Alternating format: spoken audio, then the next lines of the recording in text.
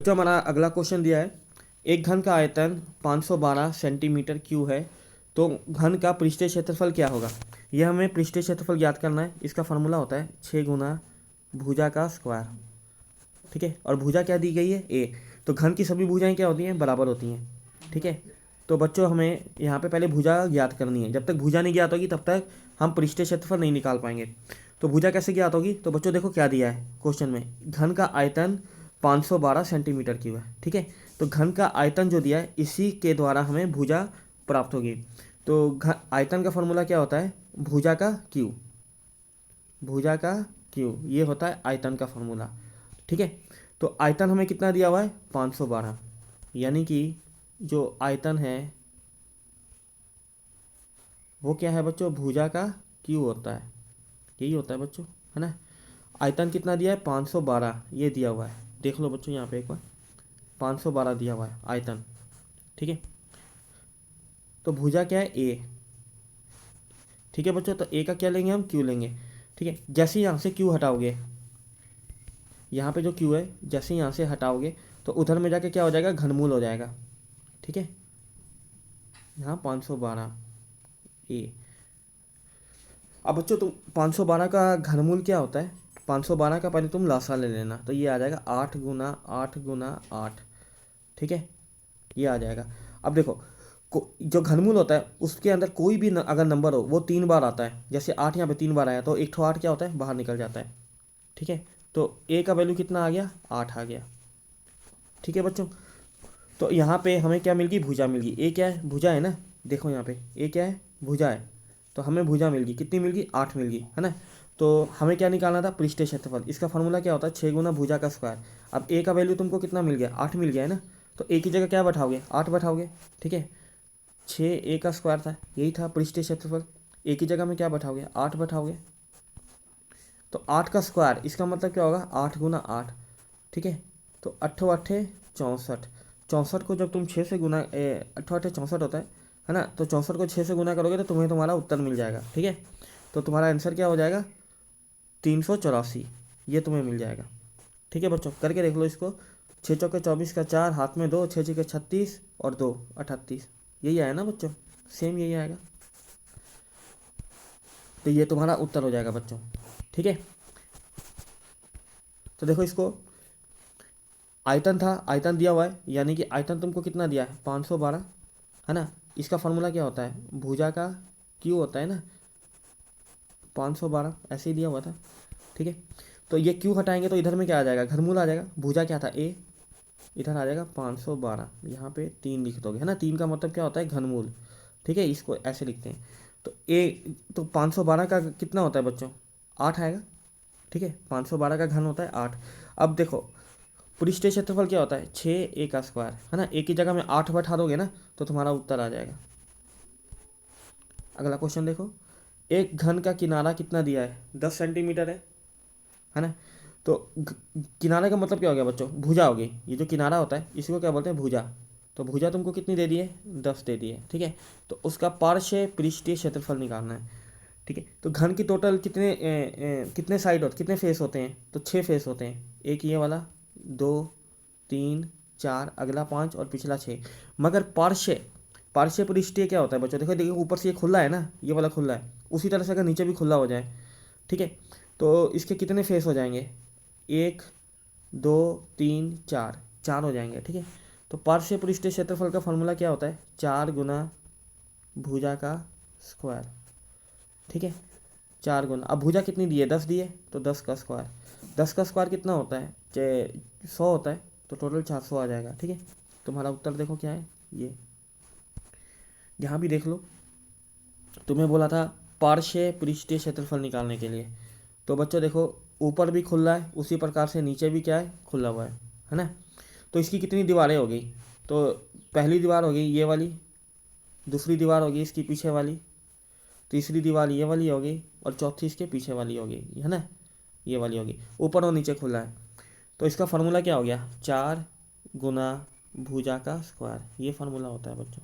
ठीक है, अब तुमको जो भुजा है, ये वाली भुजा है, कितनी दी हुई है, 10 दी हुई है, ए का मान 10 है ना। ठीक है, ये देखो भुजा तुमको कितनी दी है, 10 दी हुई है।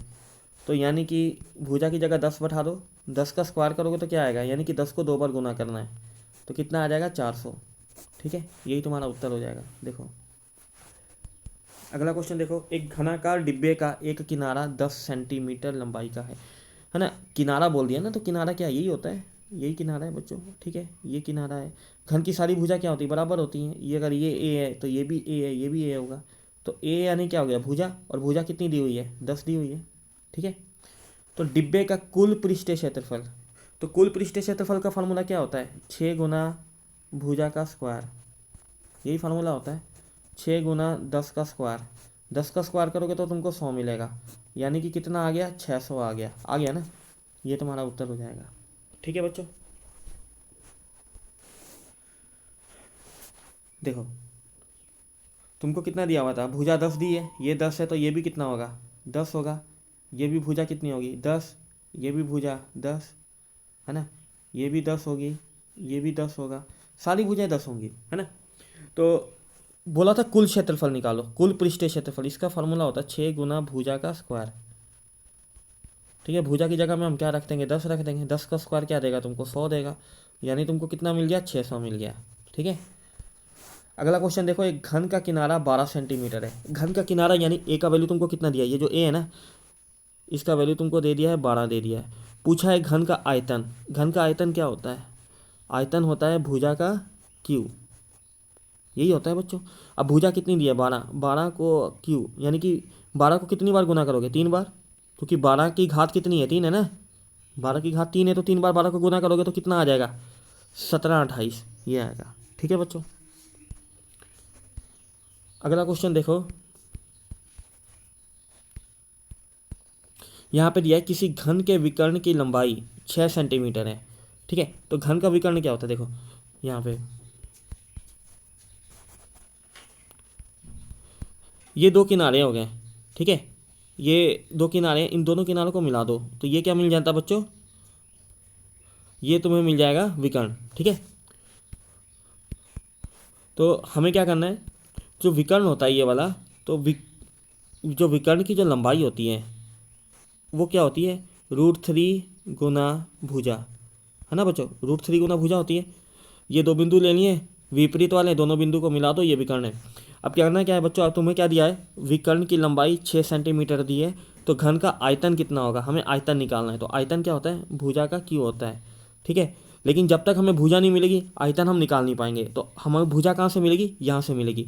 ठीक है, जिसकी विकर्ण की लंबाई 6 दी है ना, यहाँ से हम निकालेंगे। देखो विकर्ण की कितना दी है, विकर्ण की लंबाई 6 दी है, तो विकर्ण की जगह हम क्या रखेंगे, 6, इधर में कितना है, √3, और भुजा को हम क्या ले लेते हैं, ए ले लेते हैं। ठीक है, जैसे ये बना हुआ ना, ये ए ले लेते हैं, भुजा क्या होगी, ए। अब क्या करना है बच्चों, देखो है ना, तो ये जो √3 है, ये वाला √3 है, इसको 6 के नीचे ले जाते हैं। ठीक है बच्चों, अब यहाँ पे देखो,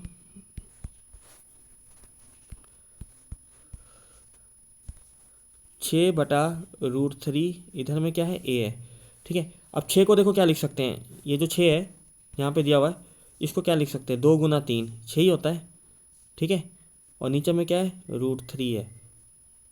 अब देखो 2 को हम ऐसे ही लिख देते हैं, 3 को हम क्या लिख सकते हैं, ये जो 3 है इसको लिख सकते हैं √3 गुना √3, ये लिख सकते हैं। ठीक है बच्चों, नीचे में क्या दिया हुआ है, √3 दिया हुआ है, इधर में ए है। देखो इसको कैसे बनाते हैं, अगर कोई नंबर ए है ना, तो उसको कैसे लिख सकते हैं, वर्गमूल ए गुना ए, हम लोग ऐसा लिख सकते हैं।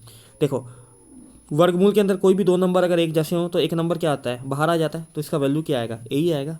ठीक है, अब वर्गमूल के अंदर में कोई भी नंबर होते हैं ना, तो उनको अलग अलग किया जा सकता है, जैसे ए गुना ए, ऐसा हम लिख सकते हैं।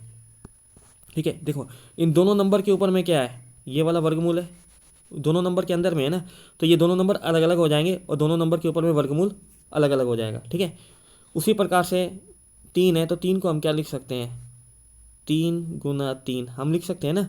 ठीक है, तो देखो इन दोनों नंबर के ऊपर में क्या है, वर्गमूल है, तो पहले वाले नंबर के ऊपर में वर्गमूल गुना, फिर दूसरा नंबर भी 3 है, इसके ऊपर भी वर्गमूल अलग अलग हो जाएगा।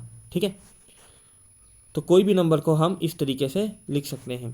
तो यहाँ पे देखो ये से एक वाला ये ख़त्म हो गया, कट गया, तो 2√3 क्या बचा ऊपर में, ये दोनों नंबर बच गए, 2√3 बराबर ए। ए क्या है? भुजा। तो भुजा की वैल्यू कितनी आ गई? 2√3 आ गई। ठीक है, हमें निकालना क्या है? हमें निकालना है आयतन। आयतन निकालना है ना। और अभी देखो भुजा मिल गई हमें। भुजा कितनी मिल गई? 2√3।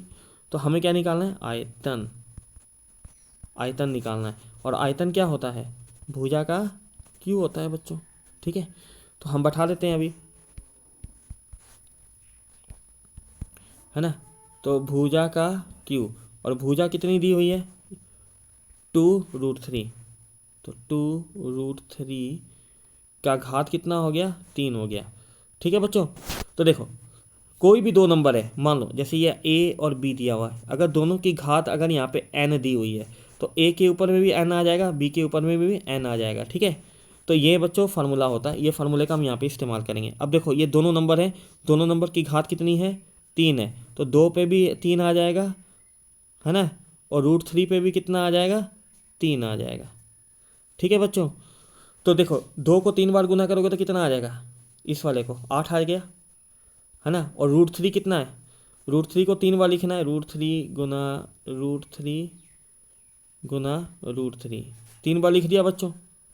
ठीक है, तो 8 गुना, अब देखो इन दोनों नंबर के ऊपर, तीनों नंबर के ऊपर में क्या है? रूट है, तो पूरा रूट ले लेते हैं और तीनों नंबर को अंदर कर देते हैं। ठीक है, तो 8। अब देखो कोई वर्गमूल के अंदर कोई भी नंबर अगर 2 बार आए तो एक नंबर क्या होता है? बाहर आ जाता है, तो यहाँ से एक 3 क्या हो जाएगा? बाहर निकल जाएगा। लेकिन ये वाला 3 बाहर नहीं निकल पाएगा क्योंकि अकेला रह गया, तो ये अंदर ही रह जाएगा। तो तुम्हारा उत्तर कितना हो गया? 8 या 24√3। ठीक है, ये हो गया तुम्हारा आयतन 24√3, है ना बच्चों, ये उत्तर हो जाएगा।